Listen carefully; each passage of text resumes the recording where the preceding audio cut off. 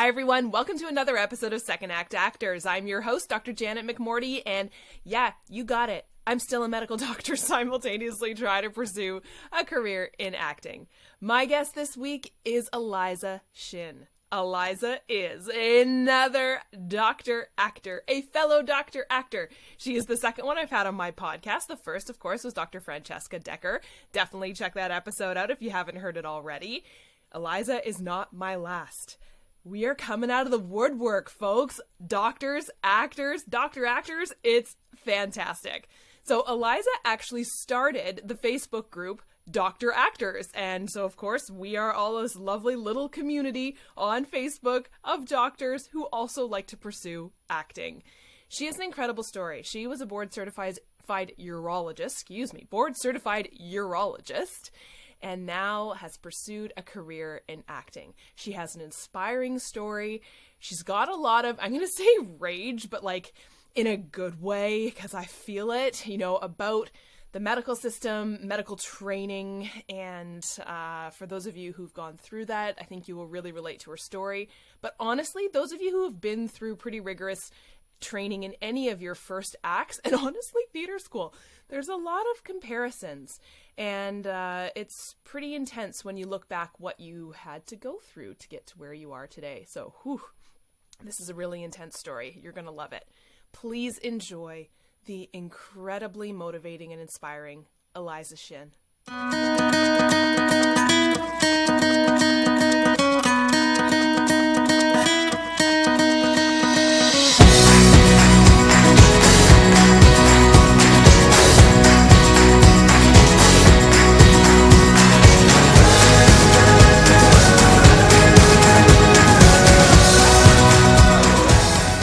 I think most people are just, whenever I tell them about the Facebook group, people who aren't doctors or actors or people who are doctors, they're like, there's more than just Ken Jeong.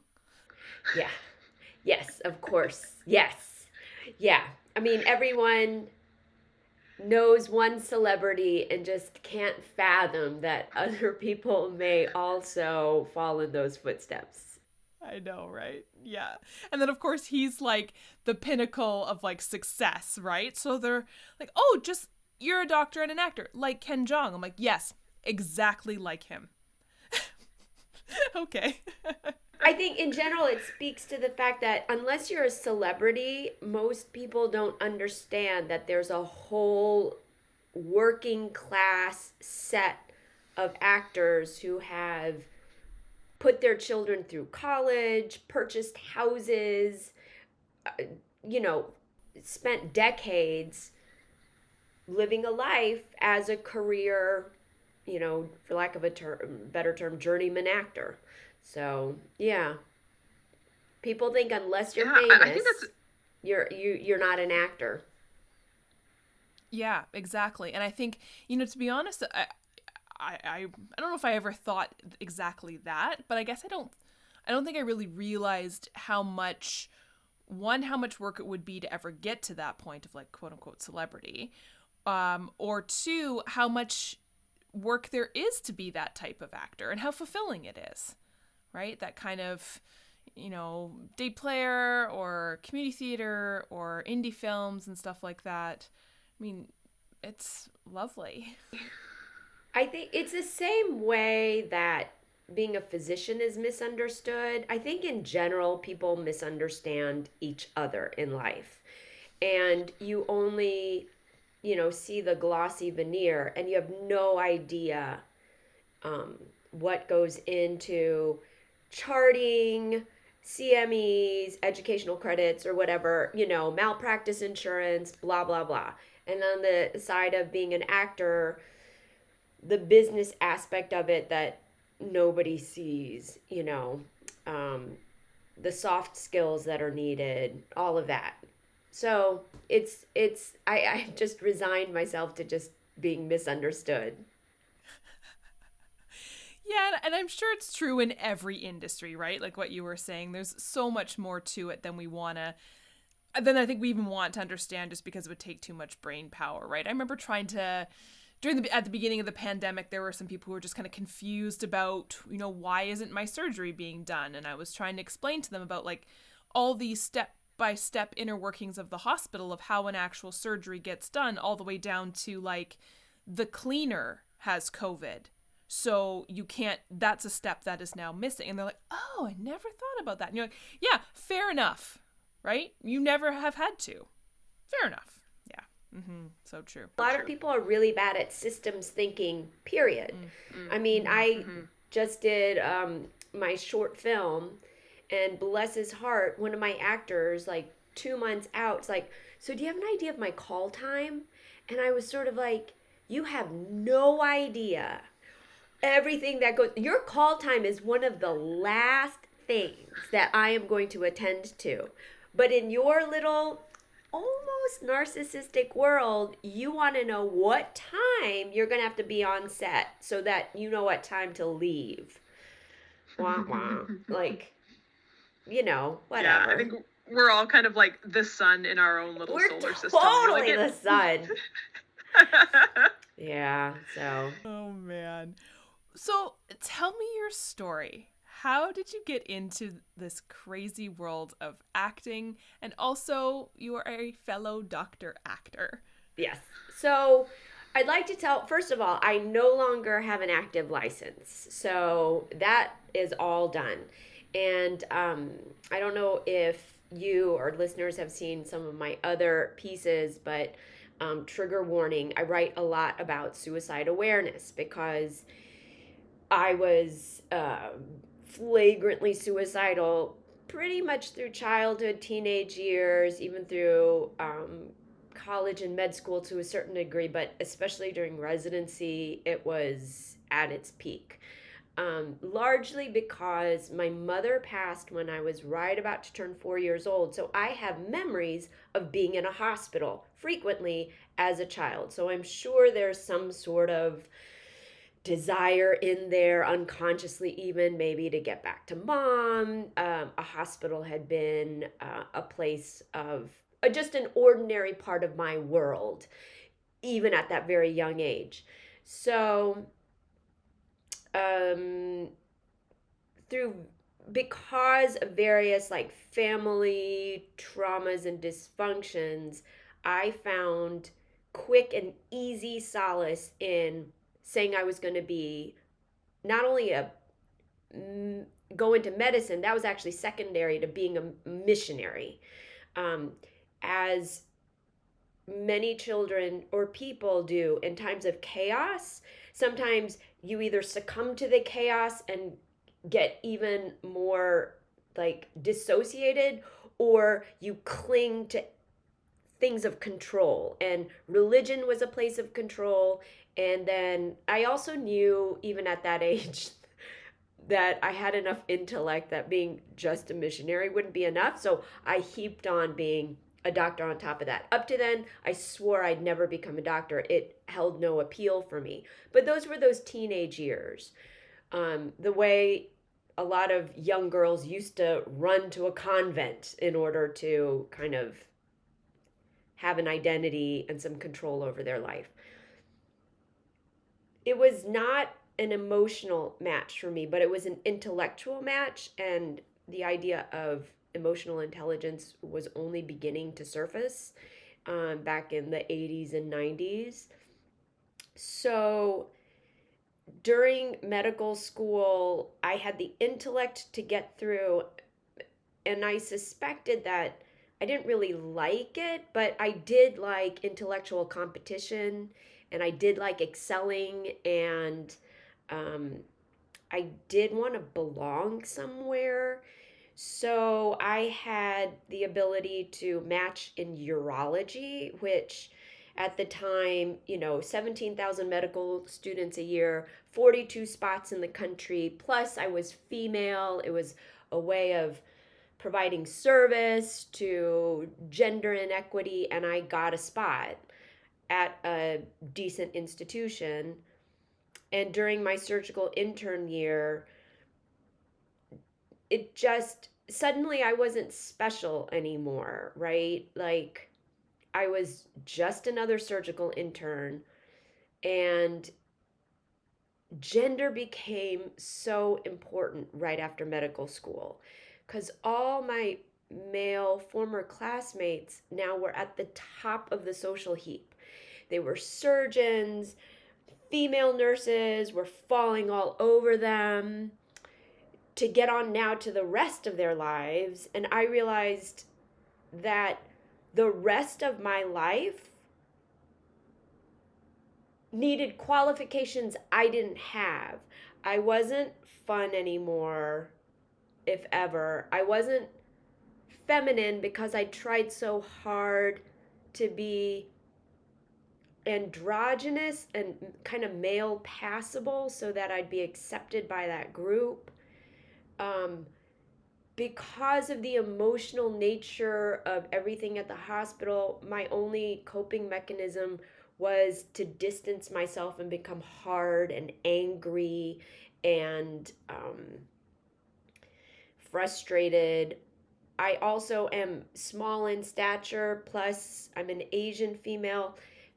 So I had to overcompensate in order to, kind of make my status or presence known. And so then I was just bossy and pushy. It was a terrible, terrible match. And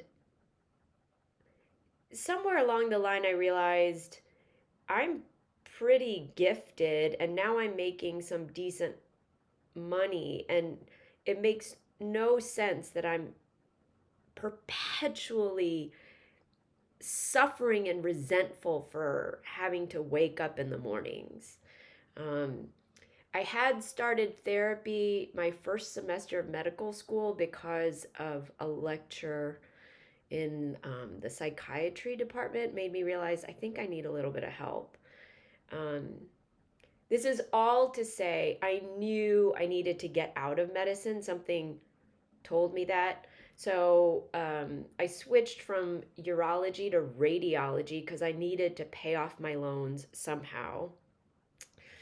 I barely made it through radiology residency because of just all my mental health issues, but I made it through. I paid off my loans in 6.5 years, and 2 weeks later I put in my notice.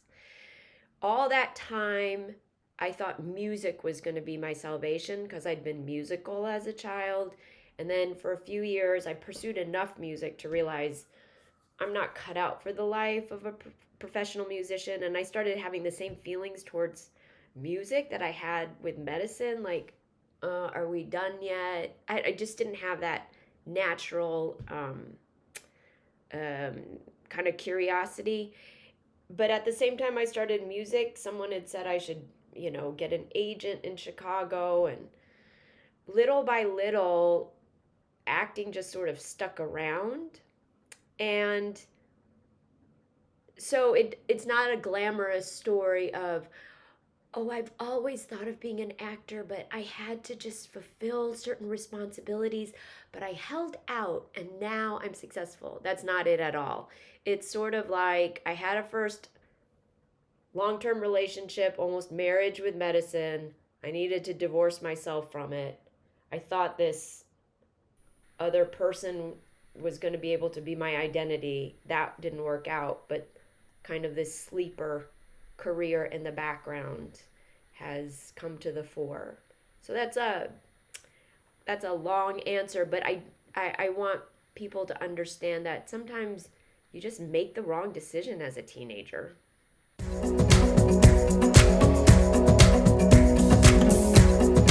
When you were a kid and you were doing music, like would you have described yourself as a creative person? Like, was there always kind of a creativity to your childhood that you I shouldn't say that, not like I'm trying to imply anything, but like was missing during medicine? Like, do you think was that part of it? So, yeah, the question is like, were there any clues at all? Were there any sort of, little breadcrumbs?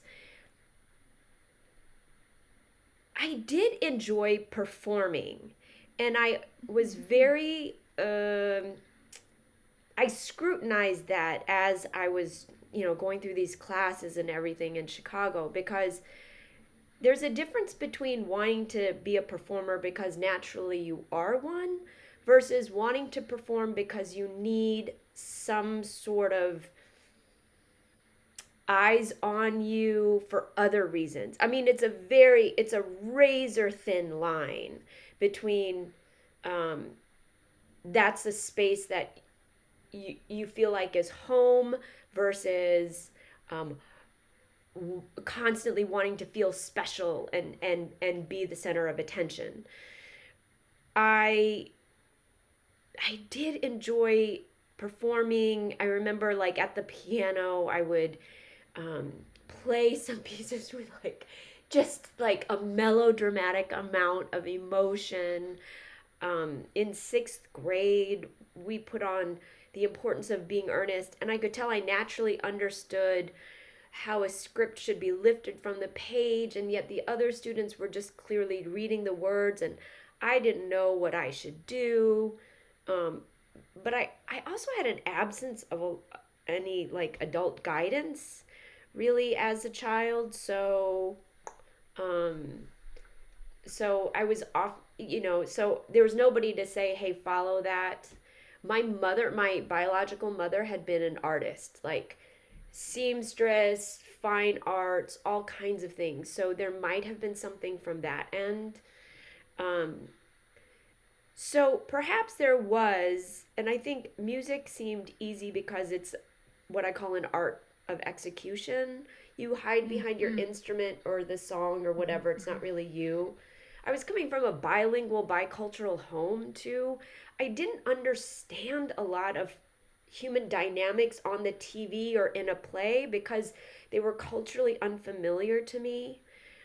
So I think in that respect, being an actor made absolutely no sense. Also, I've always been very practical. Like, it was clear to me, I'm a second-class citizen. Nobody really wants to be educated. In order to tell a story, people have to understand your world, but no one's going to understand your world, my world, without a lot of like ancillary education. Well, then it's a lecture, it's not a story anymore.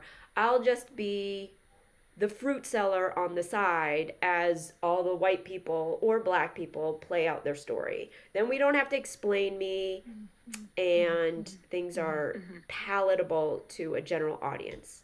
I mean, things have changed, but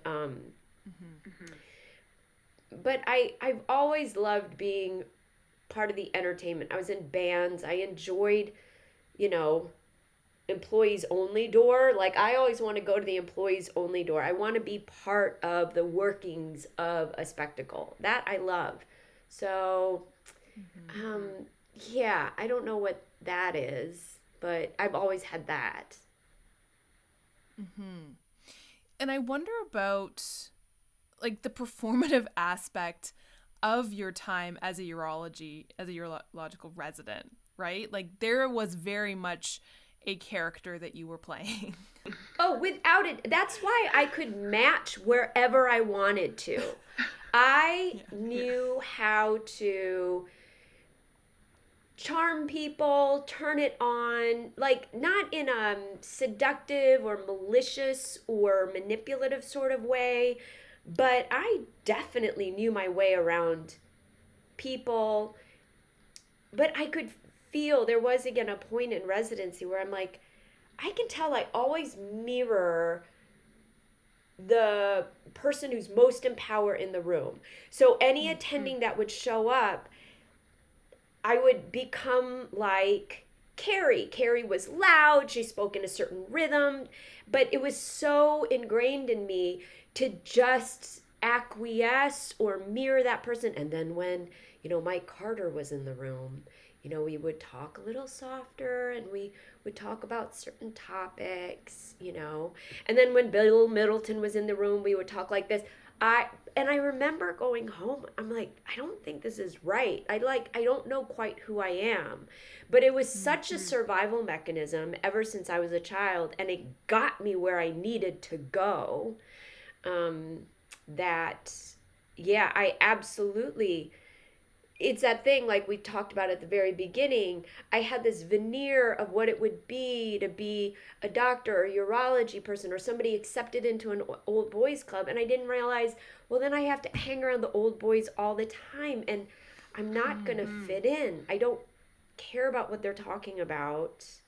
Suddenly I have to actually be one of the boys, not just be desired and accepted by one of the boys. And I'm like, I'm in trouble. And I wonder about, because I feel about medicine being so checkboxy and like work the steps all the way up the totem pole until there is no more steps. And then when you're done all the steps, you're like, oh, I'm at the top. Oh, there's nowhere else to go. Wow, this kind of sucks. Because there's nothing to strive for anymore. And it's kind of a shock when you're there. And you're like, oh, now I'm the person that people are trying to work their way up to. I don't like it. Where when you're trying to work your way up, there's kind of a gratification and kind of a competitiveness to get there. There's always that, get first, between tests, scores on tests, institutions you're going to go to, fellowships, and then this lack of identity. Some people will throw like getting married and children to like give something there. But then, I mean, this is the one thing I know I've always had. I've always been able to see people in a way that other people haven't, just because in conversations I can tell like, oh, you don't see that the way I do. But you could see all these people adding on stuff to try to be special. Ross plays in a band on the side. And I'm like, I'm glad you have a hobby, but there's a performative element to this. Everybody was trying so hard, not everybody, but so many people were trying so hard to bring out some part of themselves that was distinguishable from the rest of the herd, rather than, there were a couple of people I could see who like genuinely enjoyed medicine, and they derived vitality from the work itself, and they had hard days, but they were authentically who they were, and you could smell that out, versus these people who would try to spin a myth about themselves in the reading room, kind of as a way of staying special, because they'd been special their whole lives. And I'm like, can't you smell the rot in that? Like, you've told it too many times. It's dead on the vine. Oh, so yeah, anyway, I forgot your original question, but yes, there's this thing that happens, and that's why so many surgeons, I feel like, turn into these tantrum throwers, these bombastic, unchecked ids, because they're just one of the crowd, but they want some validation. They don't know what to do. They're emotionally stunted. Yes, there's so much personal emotional carnage in the medical field. I never felt a real kinship to my colleagues by and large. And I'm like, that's a problem too. I should enjoy these people that I work with, but I never felt like I fit in. And I had to also ask myself how much of that is self-generated and how much of that is real. So, yeah. Well, and I take myself back to when I was in school and like high school, elementary school, undergrad, thinking about a career in medicine and being told, you better go do a bunch of stuff to make your application stand out. Because I know in the States, I'm sure it's obviously so very competitive to get into medical school in the States. In Canada, it's like ridiculous. The medical school I went to, there were 7,000 applicants for 200 spots. So you're told at a young age, if you want to be a doctor, you're going to be competing against the elite of the elite of the elite, people who've traveled to Africa to cure Ebola, people who've volunteered their entire life, people who have played the drums in a Grammy-winning rock band. I don't know.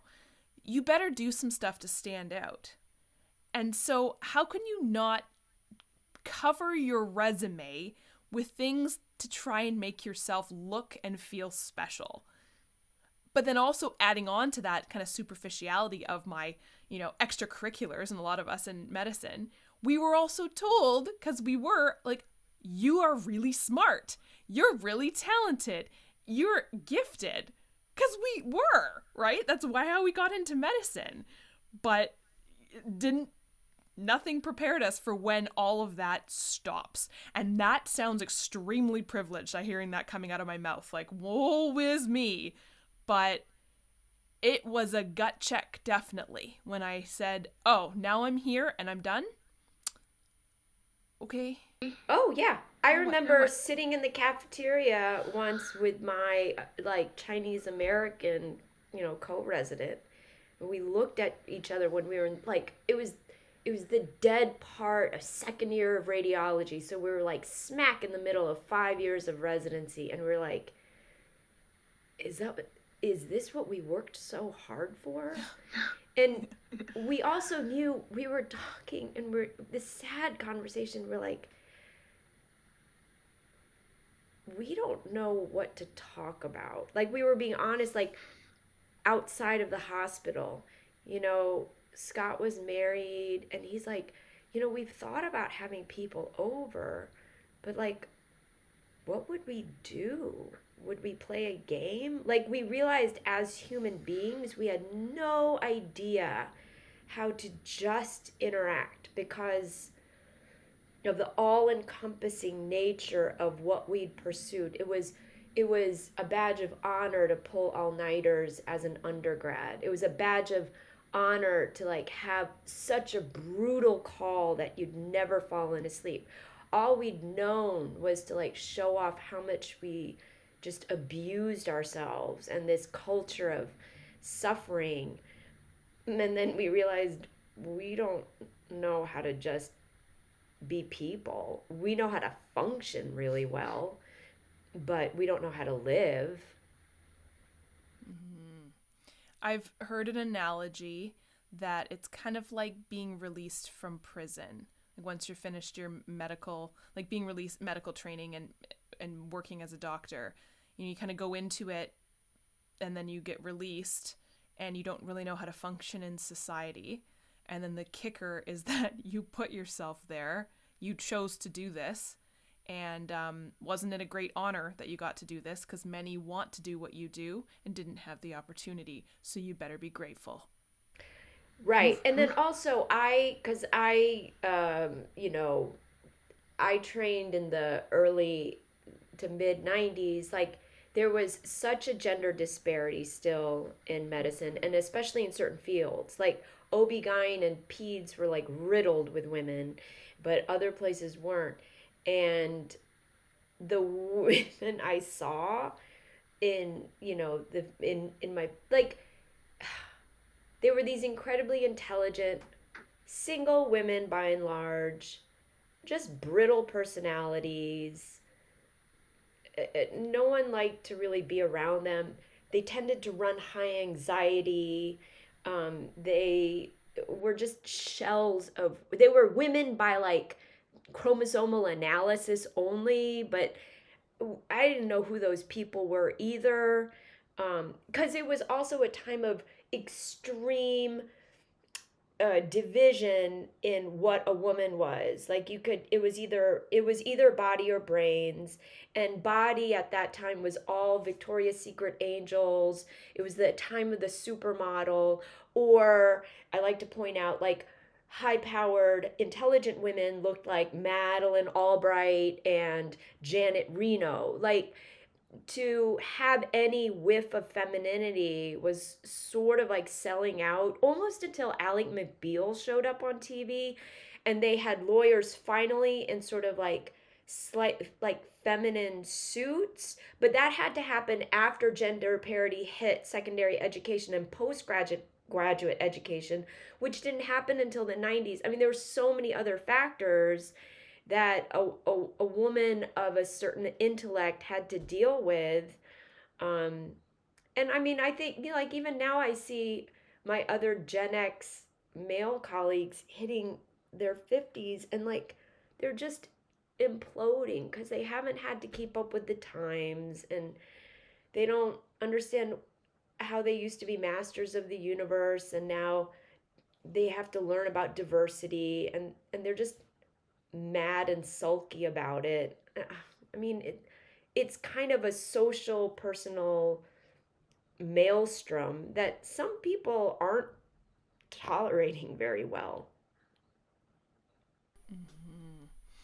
Yeah, and I think we're going through a bit of a weird period in Canada, at least, and I'm in the medical field, and it's probably similar in the States about how kind of word's getting out about the income disparity between male and female physicians in Canada because we've reached parity. Actually, we've surpassed it. 52% of doctors in Canada are women, identify as women, which has obviously never happened before in our history. But we make significantly less than our male colleagues. And some of the comments that you read make you want to destroy society with a matchbook, but with fire. But the big thing I remember reading was in our college, you know, the college complaints when the public complains about a doctor. When they complain on average, when they complain about a male physician, it's about something went medically wrong with their care. You know, so you would say a justifiable complaint, right? Fair enough. We're humans. Humans make errors. The vast majority of complaints against female physicians was about their personality. About, she was not nice to me. She made me wait. She did not spend enough time with me. So the soft skills, like you were saying, nothing about their care as doctors. In fact, there's studies that show care by female and female identifying physicians is superior because we spend so much time.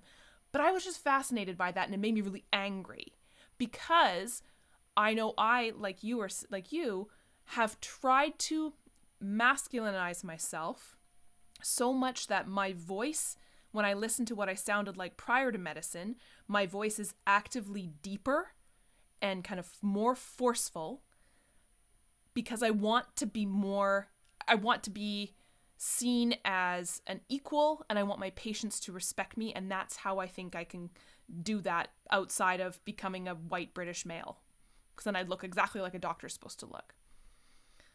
Right. Well, also, and this is not a well-voiced opinion, even if it's true, but I had a hard time getting any authority. Well, there was a cohort of female nurses who did not want to take orders from me. And I'll be honest, I've never wanted to be a nurse. So there are certain things, you know, in there, right? And those obstructionist female nurses can ruin your care, ruin everything you're trying to do. And you were dealing with certain types of gendered issues that sometimes just required you to turn into a belligerent person in order to shove stuff through. And then there's also a subset of males who also weren't going to listen to you unless or they would try to get you to blow your top and all those things, I think. So there's a lot of that. But then, you know, because this is about second act actors, I'll point out one reason that I really love the pursuit of acting, whether or not it takes me to, I don't know, wherever, is that it requires that I be so honest with myself at all times, including my physical appearance, including what demographic I belong to, including how I relate to the world. And sometimes I don't like how my type relates to the world, but it's also changing, and also it's real. It's, you know, there are it's about having your pulse on society, like it or not. Whereas I think when you get cordoned off into certain professions, and I see it across many professions, not just medicine, you still believe you're that 32-year-old physician that was finished and done, and you don't realize like how you need to change some of your thinking patterns, how the world is changing around you. Or else, if you do realize the world's changing around you, you're often doing it in a reactive manner. Whereas in acting, to be a working actor, you better be pretty savvy about how acting styles are changing, how products are changing, and so how, like, if you want to be in commercials, TV shows change, the tone of each TV show. Like, I love that precision, that emotional, personal, kind of social, interactive precision that you have to have, sort of, if you want to stay relevant, especially as, again, just a working class schmo actor, as opposed to like someone who's a star and therefore their essence just sort of carries things. That's different. So, and I even see so many people who want to pursue acting, period, not just, from other careers, can't live up to that sort of honesty or scrutiny is not the right word, but yeah. Yeah. Do you think that's what it is about acting that's different than medicine and music, where you're starting to feel, okay, when is this over? Like, is that what's kind of keeping the fire going for acting for you?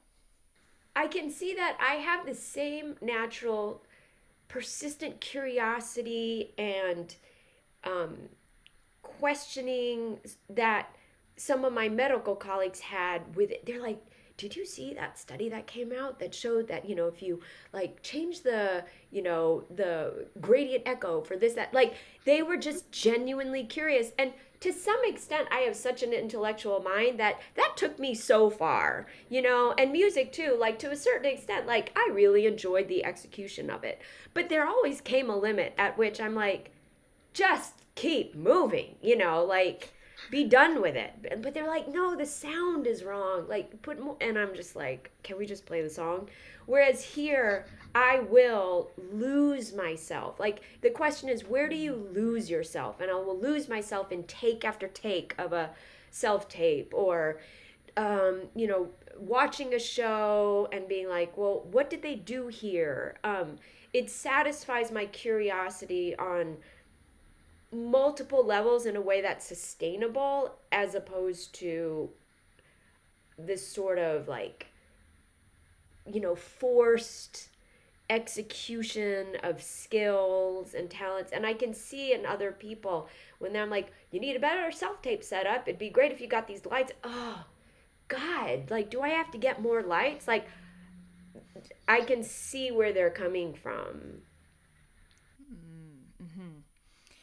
Take me back, if you don't mind, to the time when you did the switch, like in medicine, saying, I don't think I can do this anymore.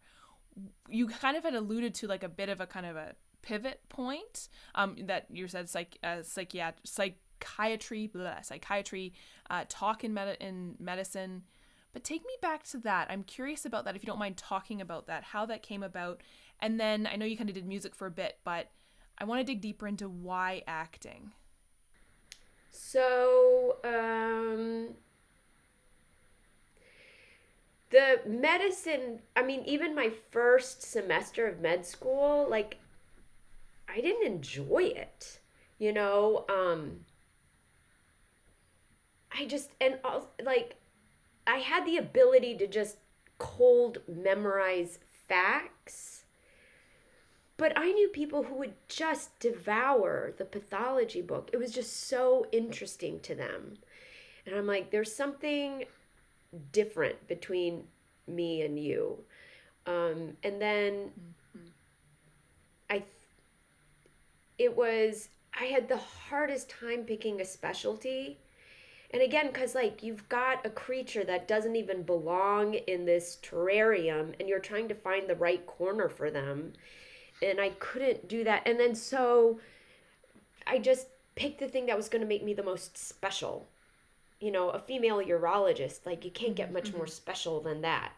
Um, so, you know, but during my surgical internship, I mean, it got to the point I was like crying all the time. I was blisteringly tired because that was still Q2 call.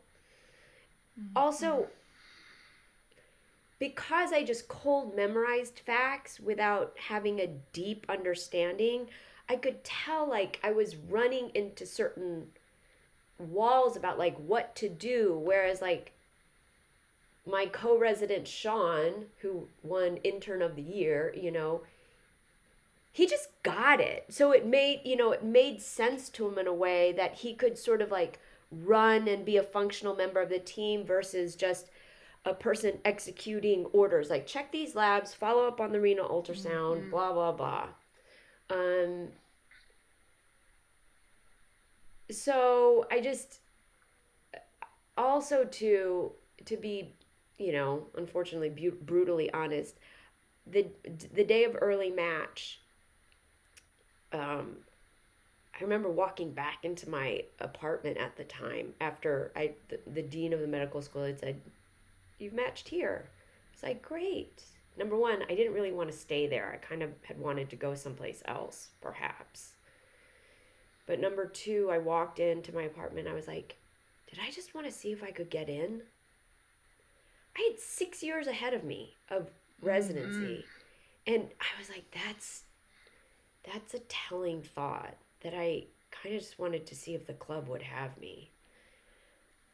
So, I mean, because it's not a decision that came in one day. It's just all these little things. And then even as I did radiology, there was problems with that. But I kind of got the idea, I got to pay back these loans and then I'll have my freedom. So I just shoveled money at these loans. Also, I'm lucky in the fact that I didn't feel a deep desire to like pursue things. I could see so many of my other colleagues finally are flush with money and they're like, oh gosh, I want to buy this, go out to dinner here, blah, blah, blah. And I'm like, I mean, I don't mind doing that sometimes, but I didn't need a lot of things. That has been a gift that I've had in and of myself. Whereas people are like, I think next time we're going to go to Turks and Caicos. And I was like, have you been to the Caribbean yet? I mean, like, how different is it going to be? Like, I'd rather shovel my money at my loans. I, of course, didn't tell my parents or any family members because I'd have to deal with that. It was hard enough to personally stay alive. So I'm like, I can't even deal with that. And then the acting, I think it's more like, I do like to think of these as like personal long-term relationships. The music, just novelty and everything just started to fade. And I also could see like, I'm not great at being a musician. Now, I'm not great at being an actor. And in fact, like I've had to learn quite a bit in these 7 years that I've been in Los Angeles. But I guess it's the thing too that it's okay to your ego to be not good at. Whereas everything else, I'd always gotten the quick hit of like, God, you're good at that. God, you're really good at that. God, you're good at that. So you're like, okay, I'll go do that so that I can keep feeling these people show me attention. But I'm like, I could feel I wasn't a good actor. I'd lose out parts to people constantly. But I'm like, you know,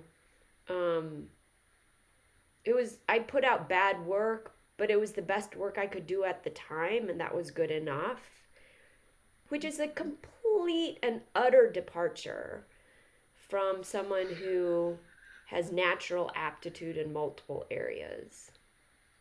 And also a good amount of personal neglect at home. So then anytime a stranger would be like, oh my gosh, you're really good at that. Like, can I feel safe here? Are you going to pay attention to me? Is somebody going to notice me? Mm. Yeah, do you notice any similarities between acting and your medical career? Like, I know you just kind of mentioned some of that, right? But anything else that you've noticed you've pulled from medicine into now your time in LA and acting? I mean, the one thing I have is a work ethic where, Mm. like, in general, I mean, physicians know this. Like, you have to deal with all these patients. Like, a lot of people don't have a work ethic, you know. There are plenty of, I mean, by and large, most physicians, like, have to be somewhat organized and self-disciplined if you're going to make it that far. Mm-hmm. I knew how to, like, read power. I don't know how much of that is medicine related. I think being a female from an immigrant family, all that stuff, like, I was going to have to do that no matter where I went. And the more I pursue acting, the more I don't see many similarities. Because by and large, I've seen a lot of physicians do poorly when they come into the creative realm because they're so used to being right all the time, or there's this hierarchy, so they want to voice their authority. You have to know in the arts when to shut up. It's humbling, but to me, in the healthy way. Um, a lot of physicians don't want to look at themselves. They a lot of physicians are just a one-way valve. A lot of physicians are way too intellectual. That's my biggest block in my acting. They're so heady. They're disconnected from relations. The way they set boundaries is just by being a one-way informational authoritative valve. Um, at least when I was in medicine, I think it's changed, but we were being, trained by boomers. A lot of condescension, scorn, contempt, dismissal. Those were very effective tools to train other doctors. You can't use that in the creative realm. It shuts people down.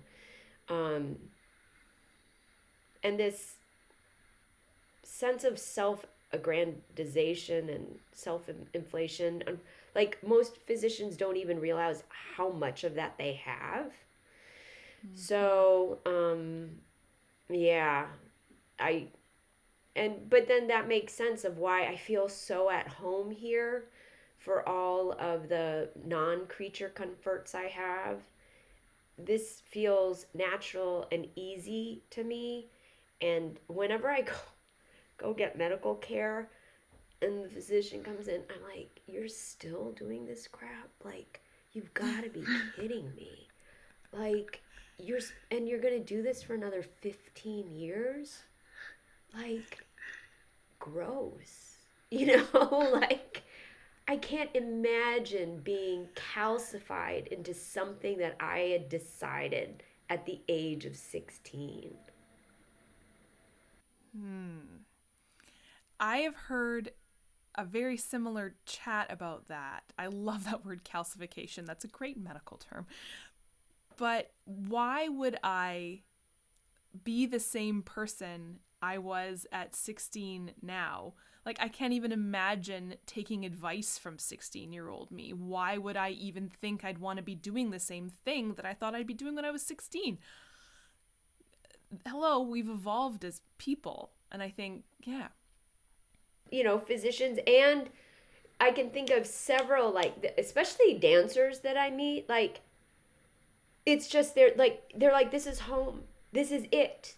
Whatever shape of dancer I have to become, be it a teacher, a choreographer, whatever, like, this is where I belong. And I have met physicians who are like, especially because by and large, if you have to be sensitive to pain or you wouldn't go into a healthcare field, right?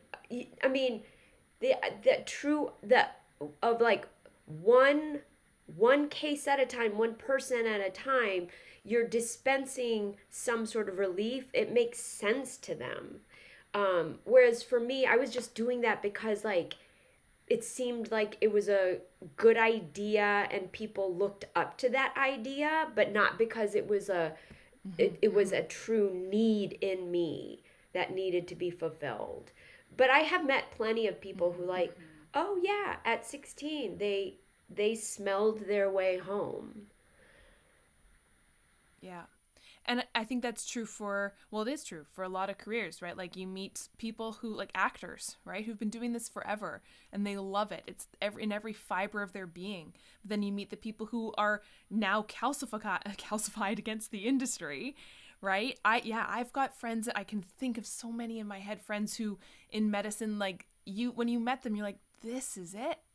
You're just pure joy exuding from you in the operating room. Like this is your calling. And I think and then I kind of feel like, okay, well, if this is their calling, why can't it be mine too? Why am I not feeling this, right? And I think that was a big shocker for me. I think in medicine we kind of put a bit more of that. This is your calling, right? You're called to serve in the medical field, where I don't know what it is about healthcare. I think it's because it's such a it's selfless profession. But I remember thinking in my head, so many people don't enjoy their jobs, right? They just go to work, they do their work, they make the money, they come home, and that's fine. Why am I feeling this like, no, I need to have every fiber of my being feeling like I love medicine because it's a calling? I don't know why we do that to ourselves. I think I felt less of than a calling of just like, can I be the top of some heap? Like it was that for me, I was just so competitive. I needed something I could, sort of point to justify like being alive. So, and I like competing. I mean, there's a competitive aspect to acting, even there's a part of me that people used to ask, do you miss medicine? And I would always say the same thing. I don't miss medicine, but I miss that feeling of mastery. Cause I knew what I knew and I knew exactly what to do with all kinds of things. And that feeling of just surety, I lost when I decided, when I came in here. But now I'm just starting, especially in my co-star auditions, I know when I can hit it. And part of me is sometimes I'm like, ladies, step aside because you're up against me for this. And I know sometimes when I just like wipe the floor with my auditions, like, because I also know how I used to do those co-star auditions. Because a lot of people, they don't have the experience, they don't have the know-how, whatever, I haven't gotten there in my guest star level yet. That's for a bunch of reasons, and maybe someday that'll change and maybe I'll still be alive by the time I get good enough, and maybe there'll be parts, but whatever, like I still enjoy that pursuit of it, but I still have that competitive edge. I know every time I get to walk on set, I'm part of the 1% in the world, like even less, like how many people get to walk on set out of 7 billion people in the world, much less in Hollywood. Like I know it may not look like much on the outside in some ways as I look around my 1-bedroom apartment, but like in some ways, like I'm one of the luckiest people to live on this planet ever. So I'll take that. Whereas like with medicine, I was just like, I'm supposed to feel better than I feel. That's a problem. I agree with the competition thing. I think, that there needs to be a healthy competition. And if you like that competitiveness about yourself, which I know I'm a very competitive person, and I love that about myself. And I know now in acting, I'm competing against people who've been doing this since they were babies. And so I have to work really hard in order to try and be that 1% of the 1%. So I have to train, I have to be prepared, because these are the people I want to compete against. They're the best of the best. And that's what I love about the competition, is that, you know, I guess that sure comes down to like being on the top of the heap of something, but it's a driver for sure. It was a driver in my academic career. I want to be the best of the best of the best. And then slowly you realize as you travel through your academic career, you're now with other people who are also the best of the best of the best. And same with acting, right? Now I'm like in the union. I'm now like, I'm not just competing against Joe Schmo down the street for some small little community theater project, which I love to do. But now I'm like in the Olympics. Okay, bring it on. I'm ready for it. I love it. Yeah. I would say though, and I don't just, like it's what flashes through my mind as you're talking, like physicians are good at working harder, but you have to work in the right way to be an actor. And sometimes I see a lot of like people putting effort into things. I'm like, scene study class or what, like, but it's like working harder to be an actor is different. It's a different kind of work. Like watching a tape that's good and watching a tape that's bookable is almost imperceptible to the general public. So to develop a casting director's eyes and see what it is that, and then to do that work, it's a type of work. And it's almost like the word harder isn't the right way to go about it. Do you know what I mean? It's so, because that's when like the head totally obstructs it. It's the letting go of control that, right. The reason you let out that sigh is like physicians by and large don't know how to do it. Not to be crass, it's not safe to.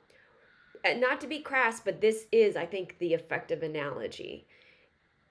It's like you need to climax, but the thing is, whenever you're in that, you have to fully be in the moment and not be asking yourself the whole time, like, am I climaxing? Am I climaxing yet? Did I come yet? Did I come? Is this the what I'm supposed to? Like, you're never gonna get it that way. It's the full on opposite through the looking glass the other way, which is so personal, and it's the opposite of working harder, but it's a type of work. So I guess you call it harder, but it's like, that's hard to quantify.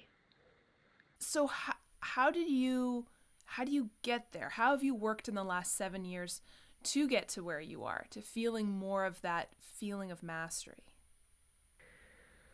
I've taken classes at so many different studios with so many different people. I've had to, you have to make an endless number of mistakes and still find yourself curious. You have to understand that there's no one prescribed way. I've also got to the point where I realize each teacher has something to teach me, but then I'm constantly moving on. My current teacher of late is this right mix of like kindness and truth and personal insight, because they always say your acting problems are your life problems. And in that sense too, you have to be honest about how you're approaching life and how that comes across in your acting. So, and I admit, like, it's every now and then I'll feel that I've flipped to that other side, but it has to be more, like, if you want to actually work, it has to be consistent, and you have to, like, figure out how to get there. And you do hear plenty of people on podcasts, celebrities, say, like, every role is different. So it's sort of like even the pursuit of that, you have to be open to the fact that you're never going to actually know. So in the meantime, be honest about your technical abilities, what your tics are, what your tendencies are, where you're being sort of self-serving, or egotistical in your performances. For me, I have to have a check on my anxieties with each role. I know, like, if I'm up against a time crunch, the quality of my work goes way down. If it's a project with like people that I really, really, really want to work with, I had to like check that so I can level out. This idea of like letting go and have fun is the opposite of medical training. So how do you let go and have fun in the moment that's not in a, oh my God, this is so fun way, which is completely unmarketable, versus like holding on too stiff to all of the lines and are you done speaking so then I can speak. Like, how finely tuned is your instrument? Gosh, that's personal. That's personal. What makes you climax? Totally personal. Each partner is totally going to be another personal journey, or else then you're still just performing as inauthentically as anything else, sort of. And it has to be okay to watch yourself be that bad. Yeah. And I think that's where growth happens, I think. And I know what was big for me was realizing that the mistakes that I'm making in acting and the badness I've done in acting, the world will not end and nobody will die. But I had that same feeling of anxiety that was the case because I was making a mistake. Because that's what medicine gave me. This feeling of, oh my God, I made a mistake. Bad things are going to happen. Where it's like, no, just let yourself be vulnerable and let yourself make the mistake so you can grow from it. Yeah, like the shame factor, and I think that comes to a lot of people, especially depending on the home of origin and how mistakes were dealt with there. Yeah. And I think also our ego needs change through time. Again, that's why I really enjoy, like, acting makes you be honest with yourself, like, really in the moment, in circles of context. Right? There's no one absolute, because a mistake is going to hit me differently depending on the role and the part and where I am in, in my career and my development. Yeah. I did want to touch on something that the other doctor actor I've spoke to, Francesca, Dr. Decker, brought up that was a bit of an eye-opener for me and a struggle I was having with acting, and that was the idea of emotional restraint, and how that she had labeled emotional restraint, how as doctors that is ingrained in us to not show emotions, even though we do feel, obviously we do feel them, because that's going to help the patient in front of us who's dealing with horrible things. It's going to help us get through this. Doesn't. But then now as actors trying to, for me it was like, I need to emote sadness in this scene. I'm feeling sadness, but the person who's like my acting coach would be like, yeah, I'm seeing nothing on your face. I'm like, great, I'm a fantastic doctor, but a terrible actor. Because that was I hate to use the word block, but that was kind of like a block for me, being like, but I'm feeling sad. Like, it's not shown on your face. Great. That is rewarded in medicine, not rewarded in acting. Have you found that at all? Sure. I think that's with life, right? Like any customer service representative, anyone, you can't go through life that way, period. That's why so few people are actors, period. Yeah, it's also why, unfortunately, I'm such a good co-star actor. Like, I'm just the human background. I'm the wallpaper. I'm the human wallpaper moving the storyline along or something like that. Move the story along, yeah. Yeah. But most people have masks, and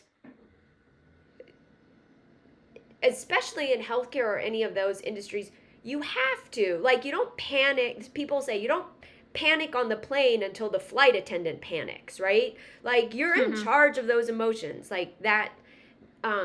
But also, people do that in their marriages all the time. They're like, you can't flash what you're actually feeling to your partner, or else there are consequences. And there are some people who have that just natural ability where things just move across their face like all the time. Sally Jenkins to me comes to mind. Like, it's so, like, her face is always so telling. So I think that's an ability that most people don't have, not just physicians. And then number two, especially when you're coming at this as a second act and also from a highly intellectual field. So for me personally, like, I would read it and I'm like, oh, this is what's supposed to come out here. This is what's supposed to, I'm letting the script drive what I think my words are supposed to be and what it's supposed, and then, like, that doesn't work. That's not going to get you anywhere, because you're supposed to be the person lifting it up off the page, and that requires genuinely feeling stuff. Then once people genuinely feel stuff, I think things start to go across. But I feel like that's that magic, imaginary ability to, like, step into another dimension fully, where, like, on a cellular level, some things are happening, that then you're genuinely sad. And then, so, of course, it spills out on your face. But you can't, I mean, to a large degree, showing emotions is the tougher, less effective way to act your way through a scene, I think. And I think, in general, in medicine, I think a lot of people don't know what they feel. But it's also because it sorts for those kinds of people. Hang around enough artists enough, oh my God, like, it's like, they're always emoting or you know what I mean? It's like such the other end of the spectrum. So, yeah. On a totally different note, on a more, like, I don't know, casual note, do you have any fun, crazy stories from your times on set?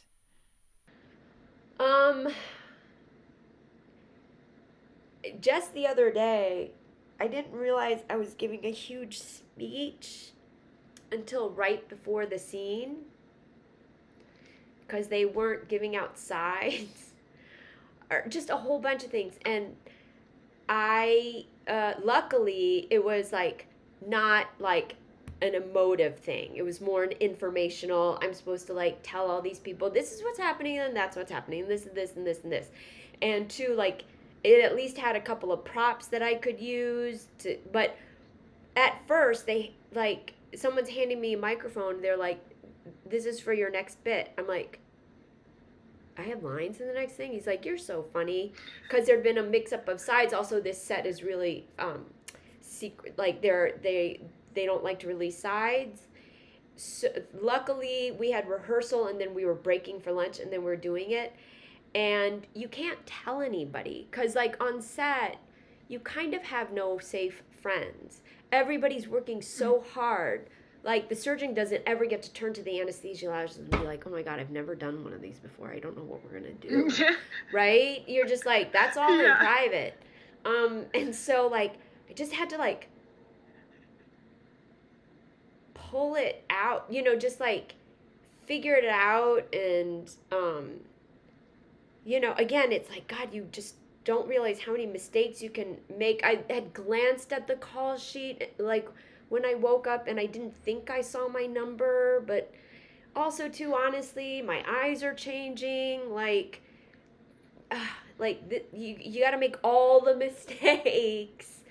And I was like, for a little bit there, I was in big trouble, you know, but yeah, and so that's that thing of like,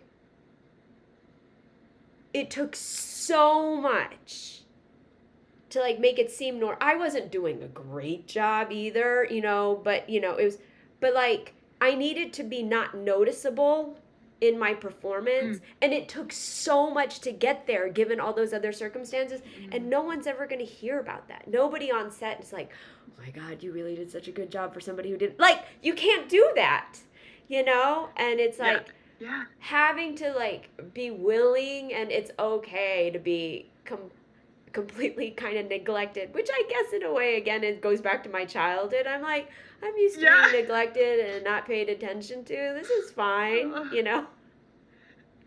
So, yeah. Is there anything that you're looking forward to coming up?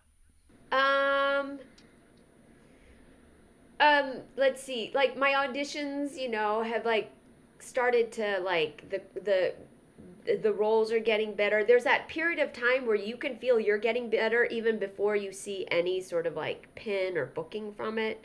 So it'll be interesting to see how that goes. I put together a short film. We're in post right now that I wrote and directed and was in. And, you know, it's a first short film, but I'm so glad that I finally did it. You know, again, I learned a lot, as anyone would through something like that. And the pandemic helped, like, in a way for me, like, just quiet down all this frenzy of classes and having to go some places. And I'm actually in a place where I'm like, I'm actually really peaceful and happy. Also, like, I'm a working actor. This is it. And I know that could change, you know, any calendar year, but it's a really lovely period. I'm so, I mean, I can say, like, now that there's enough distance and the hurricanes kind of calm down, I'm like, I'm so proud of myself for doing that as late as it was, because, like, I'm always reminded I could have missed out on this. Like, I easily could have just stayed. There is every intellectual reason to stay, but like, wow, like there was more out there. I remember I was at a doctor's appointment once, and she was probably about my age, a little younger, and she looked at me. I remember her saying to me, every day I wake up and wonder what else is out there. And I was like, there's so much out there. You know, it's somebody who never left school in a way, you know? And I'm like, there's so much. And I love seeing, like, there's so much out here, and I get to see it.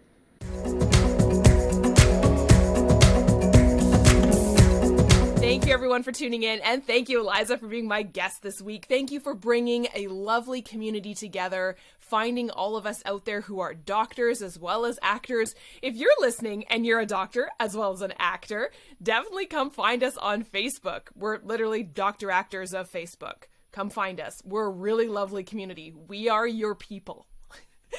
I hope you enjoyed this episode, and I hope you'll tune in next week for another episode of Second Act Actors. Bye!